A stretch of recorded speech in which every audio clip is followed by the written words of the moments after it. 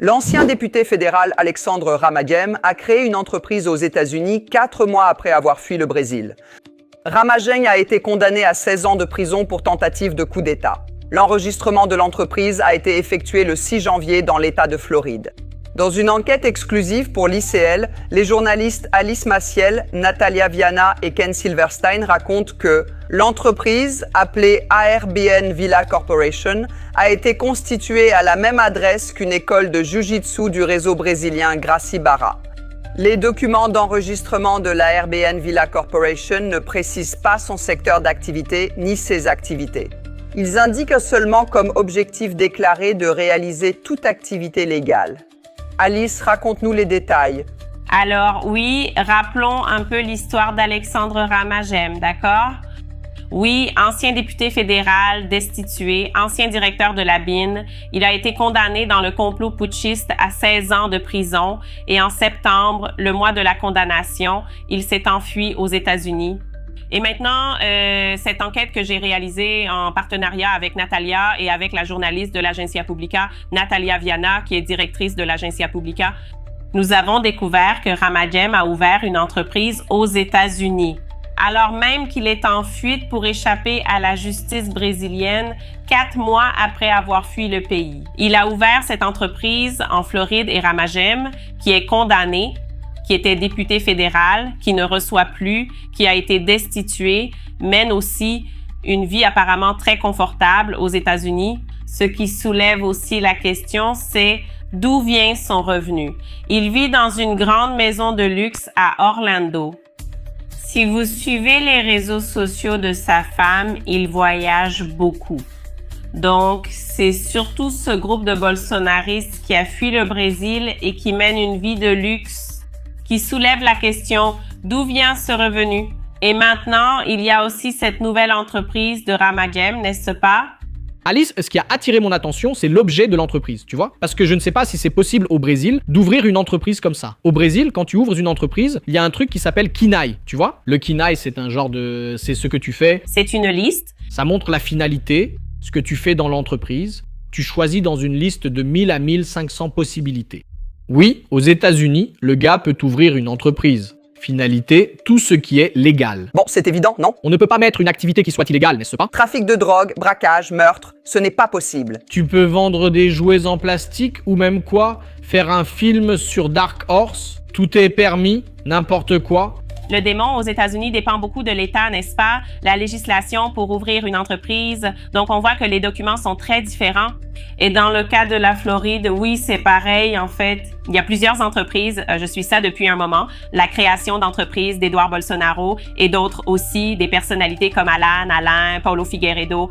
Oui, on voit qu'il n'y a pas de définition, du moins dans la documentation publique, de ce que fait l'entreprise, de son activité. Quel est le business, n'est-ce pas? Donc vraiment, il n'y a jusqu'à présent aucune information, aucune explication. Il n'a rien publié sur les réseaux sociaux.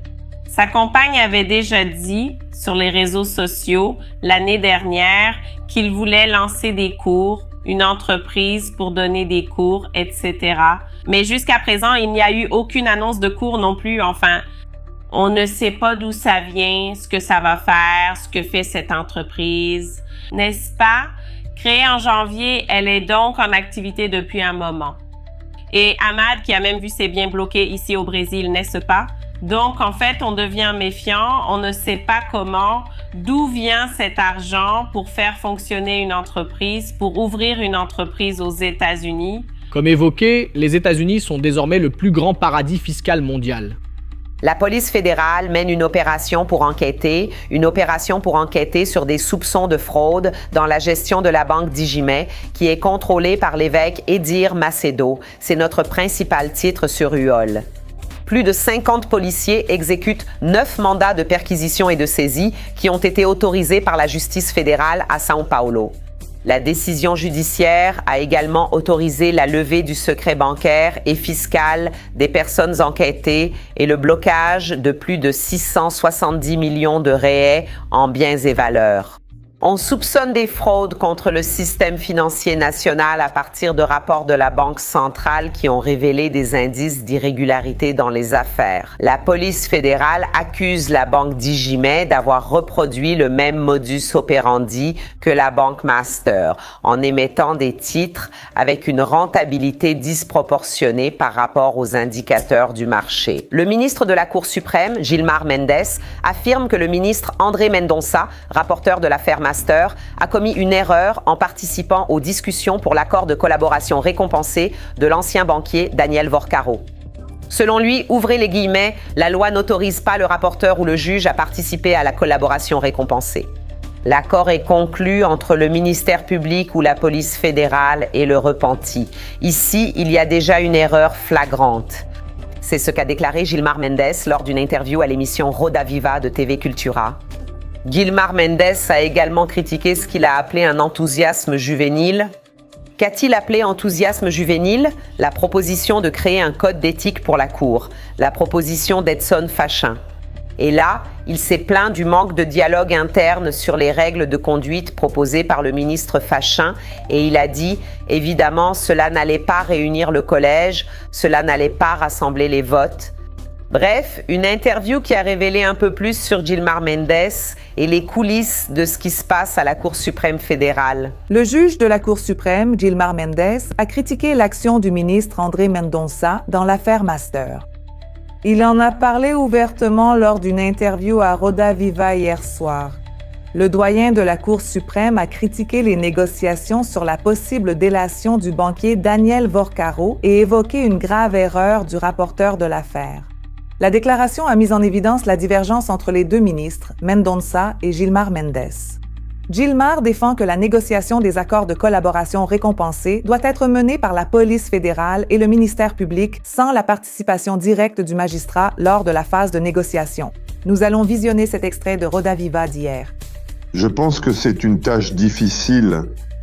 C'est un travail difficile. Et c'est pourquoi il est important de se baser sur une métrique. Il est important de ne pas répéter les erreurs du passé. Dans la conversation que nous avons eue, par exemple, il a été dit, André Mendonça a dit qu'il avait reçu un avocat faisant une proposition de délation sélective. Ici, il y a déjà une irrégularité. Pourquoi ? La loi n'autorise pas le rapporteur ou le juge à participer à l'accord de collaboration. L'accord est conclu entre le ministère public ou la police fédérale et le délateur. Donc ici, il y a déjà une erreur grossière.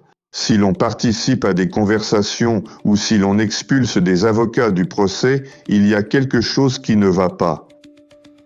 Toujours sur ce sujet, après avoir été mis en minorité lors du jugement qui a maintenu la détention du père du banquier Daniel Vorcaro, le ministre Gilmar Mendes a défendu sa position et a déclaré que la divergence est absolument normale au sein de la Cour suprême.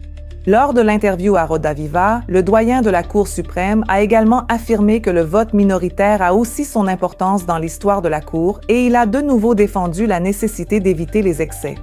Dans de grandes enquêtes, nous verrons aussi cela. Écoutez, c'est absolument normal dans un tribunal.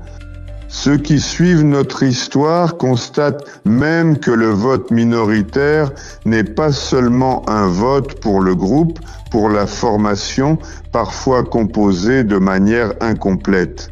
Philippe, qui est historien du tribunal depuis un certain temps déjà, sait que ce vote a une signification pour l'histoire même du tribunal. J'ai dit, et ces jours-ci j'ai entendu l'ancien président de l'Uruguay, chez le président Sarney, que nous avons de la valeur. Très souvent, moins pour ce que l'on fait que pour ce que l'on empêche de faire, ce que nous empêchons de faire. Je pense que mon rôle, parfois, est d'empêcher que certaines choses soient faites. Et souvent, lorsqu'on est minoritaire lors d'un vote, il n'y a pas d'avertissement qui empêche certains types de rêves ou d'aventures.